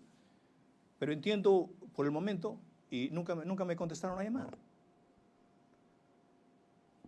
El 6 de diciembre, cuando estábamos con el doctor Aníbal, con la doctora Betsy, ellos tenían el contacto con alguna de las bancadas. Decía, sí, este va a votar, esto no va a votar, esto está viendo, están evaluando, está juntándose tal bancada, están viendo lo otro. Pasaban pues horas porque habían congresistas por diferentes lugares y las bancadas no se juntaban, no se reunían para tomar una decisión, porque nosotros queríamos tomar una lectura correcta. En la mañana, cuando se dice que me alcanzó a través del EDECAN un sobre, se han hecho acá una serie de conjeturas concernientes a ese sobre, el mensaje. Claro que me alcanza el doctor Mendieta el mensaje y pone en mi mesa, pero no es el discurso que se dio lectura, sino es la última versión para tener que ir a explicar y exponer a las 3 de la tarde en el Congreso. Pero a las 4 de la mañana, y yo recibo un WhatsApp donde el Congreso tenía ya un tema zanjado conmigo. Y yo no los decía a los ministros, a nadie. Yo llamo a los ministros a través del mensaje de WhatsApp del Bicentenario para ir afinando temas para irnos al Congreso de la República. Y en eso yo tengo una lectura, a mí nadie me dijo, oye, hace esto, hace lo otro. Entonces ya tengo una lectura, estoy convencido de que no tenían los votos. Bueno, no tenían los votos, pero ya sabe qué, yo voy a dar una locución, un discurso político. Y ahí cuando llega la doctora Betsy, ella no sabía, necesito la prensa sí o sí. Ella no porque había coordinado, sino que porque era una orden que tenía que cumplir y le había dado un plazo si es posible. Y se ha ido a traer una prensa. No, no importa, pero el resto ya estaban coordinando, estaban viendo en la prensa. Y le digo, ¿qué es lo que está pasando? Mi banda, ¿por qué demora tanto? Voy a leer esto. Y empiezo a leer. Y leo ahí con la finalidad de que haga eco lo que recorría el país, de lo que tenía que hacer por el país y qué es lo que está haciendo la parte del trabajo obstruccionista por parte del Congreso. Y en la tarde tenía que ir al Congreso. Cuando veo eso después de la lectura, veo que un ministro renuncia. Renuncia el otro.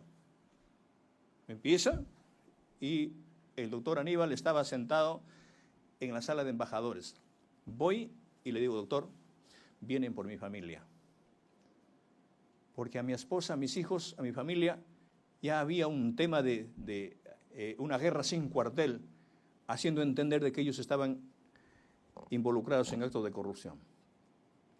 Voy a dejar a mi familia a la Embajada de México. Nunca pedí asilo. Y cuando tenía que cautelar, ¿quién no puede cautelar y defender a su familia? Mi familia vivía un tema de hostigamiento permanentemente todos los días, 24 horas del día en el Palacio. Se allanó Palacio como en ningún otro gobierno. Mi madre salía de una operación y mi madre la llevaban a la casa en San Juan del Lurigancho, saliendo de la operación problema de vesícula, y llegaron esa misma noche y alzaron el colchón y el catre y la botaron a mi madre al piso y alzando y buscando dónde están las cajas de dinero. Eso es lo que se ha hecho. La que más se ha llevado este problema es mi madre. Cuando se dan esas cosas, yo voy con mi propia escolta. Voy en el cofre presidencial. ¿Usted cree que una fuga se puede hacer con su propia escolta, con la policía? Y en eso, ahí sí sentí el golpe. Con metralleta en mano apuntando a mi hija, a mi hijita, que es mi talón de Aquiles. Un abrazo, Alondrita. Apuntan y mi hija estalla en llanto. Papá, te van a matar. Me dice. Tranquilo, hijita. No, lloraba desesperadamente. Y para cubrir a mi hija, tenía que dar la cara, tenía que salir. Ahí están las imágenes. Me hubiese gustado que me den la oportunidad para verla. Pero bueno. Me acompañaba el doctor Aníbal. Porque él sabía que vamos a volver a Palacio. Todas mis cosas estaban en Palacio. Y tenía que dar la cara. ¿Por qué me tengo que fugar? Ahí soy arrestado. Y cuando soy arrestado, digo, ¿qué es lo que está pasando? Y me arrestan siendo presidente de la República, señores magistrados. Y estando en la prefectura, 10 minutos después, se produce una vacancia express. Yo quisiera preguntarles a ustedes, ¿desde cuándo cambió el tema de la aritmética? En el Perú, 101 es igual a 104, entonces. ¿No tuvieron la votación calificada? ¿A dónde correspondía llevar a un presidente de la República? Primero me detienen, luego hacen una vacancia y no tuve derecho a defenderme. Tampoco tuve derecho al antejuicio. Pero con la señora Dina sí se cuidaron. Hay que tener más de los 104 votos. Producto de ello, estoy acá.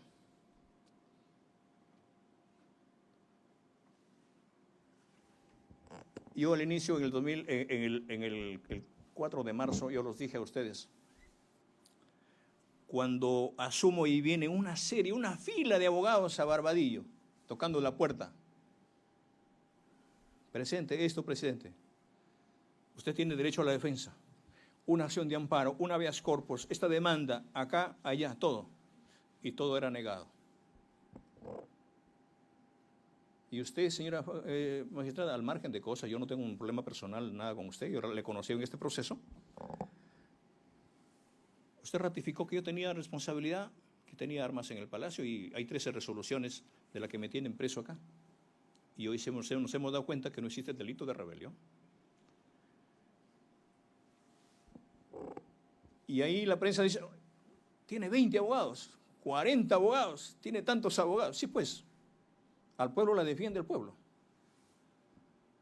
Yo no pagué un centavo por aquellos abogados, pero sí algunos abogados que vienen del interior del país, mi familia preocupada para cubrir algunos gastos de pasaje, algunas copias, mi familia se ha visto obligada en hacer algunas actividades.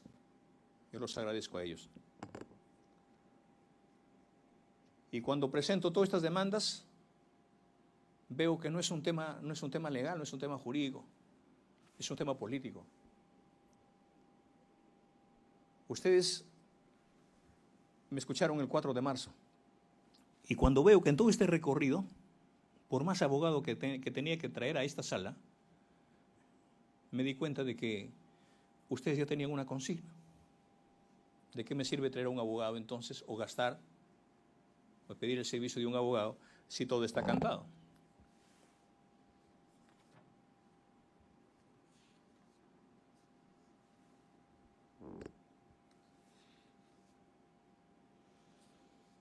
Tanto ser el odio o la campaña de miedo que quería implementar la fabricación de urea, de fertilizantes, de abonos en La Oroya, en Piura, en el Cusco. Y he recibido también algunos abogados que estaban viendo ese tema y decían, presidente, ¿y cómo queda lo que estábamos trabajando? Esas cosas. Le digo, pues, no queda otro camino, que hay que revertir estas cosas porque el pueblo necesitamos que ojalá ellos mismos se autoconvoquen o se organicen para seguir trabajando esto. Volviendo al tema,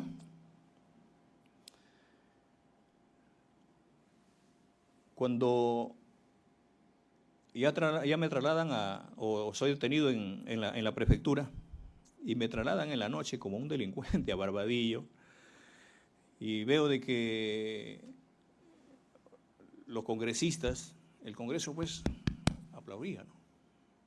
Bien. Y ahora asume la responsabilidad una persona que, bueno, el pueblo la conoce, y producto de ello, a mí se me imputa de una segunda o tercera, bueno, valga la redundancia, imputación por el tema de abuso de autoridad y grave perturbación a la tranquilidad pública. Si ya estoy detenido, ¿cómo voy a perturbar la tranquilidad de la población? ¿En dónde está el abuso de autoridad si la misma autoridad se me quitan antes de las 2 de la tarde del mismo 7 de diciembre? ¿En dónde están los afectados? ¿Dónde están los damnificados? Señores magistrados,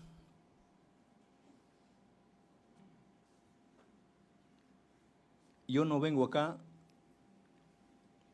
a pedir absolución. Yo no vengo a pedir clemencia ni simpatías. Vengo a exigir justicia.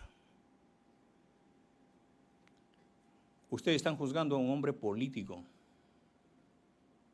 a un presidente de la República, y detrás de ustedes hay una familia. Son académicos, son magistrados, están enseñando lo que es el derecho, pero estoy seguro también de que su entorno o los que le siguen a ustedes, también hay una situación de que la historia nos juzgue. Hagan lo correcto. Pero el hecho de continuar en un escenario dándole derechos a la población, eso no nos van a quitar. Eso no vamos a mediar esta situación. Yo reitero, ¿qué hacen estos señores acá? Que nada tuvieron que hacer, nada tuvieron que ver con esta responsabilidad, que es netamente mía. A mí me han pedido que me identifique. Señores, yo decía acá, José Pedro Castillo, junto con el pueblo. Y esto es lo que tenemos que hacer para el 2026, para recuperar el país. Nuevamente, déjeme terminar diciendo, y soy cristiano, soy católico, y pido a Jesucristo de que así como entregó su vida por un mundo mejor, que cuide a mi pueblo y cuide a mi familia. Y también perdone a los que ven al mundo distinto. Reitero, no he venido a pedir clemencia, menos absolución de mi caso. Solamente pido justicia. Viva el Perú. Gracias, señor Castillo.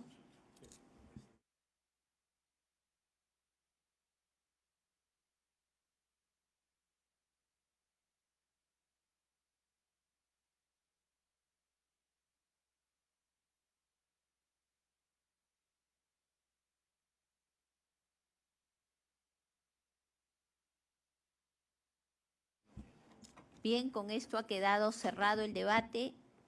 Culmina esta sesión de audiencia y la continuación es el día jueves 27 de noviembre, 9 de la mañana, con los apercibimientos que corresponden.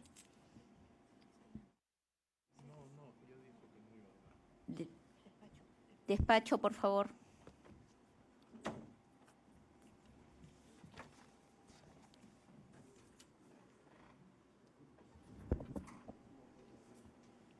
Señoras y señores, buenos días. Señora directora de debates, para cuenta usted el despacho.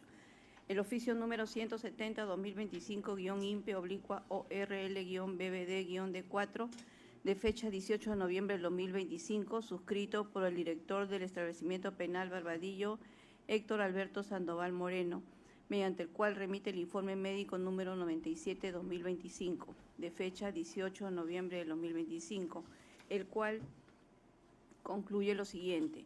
En la evaluación médica realizada, el paciente se encuentra clínicamente estable con parámetros vitales dentro de los límites normales. No se observan signos o síntomas que indiquen la presencia de una enfermedad aguda. Se mantiene el diagnóstico de lumbalgia crónica con una respuesta al tratamiento que, aunque parcial, ha favorecido una evolución moderadamente positiva. El paciente continúa preservando su capacidad funcional y su autonomía para llevar a cabo las actividades básicas de la vida diaria. El segundo documento es el informe médico número 098-2025 de fecha 21 de noviembre del 2025, suscrito por el doctor John Lozano Asenjo, de la Jefatura de Salud del Establecimiento Penitenciario Barbadillo, mediante el cual concluye lo siguiente. En la valoración clínica realizada, el paciente presenta un estado general estable con signos vitales que se mantienen dentro de los rangos fisiológicos esperados. No se identifican manifestaciones clínicas que sugieran la existencia de un proceso patológico agudo.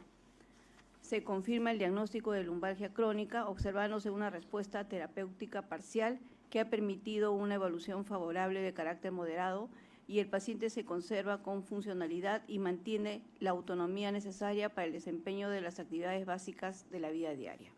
Es todo, señora directora de debates. Téngase presente, copia a la parte interesada, se da por concluida la sesión. Tengan buenos días.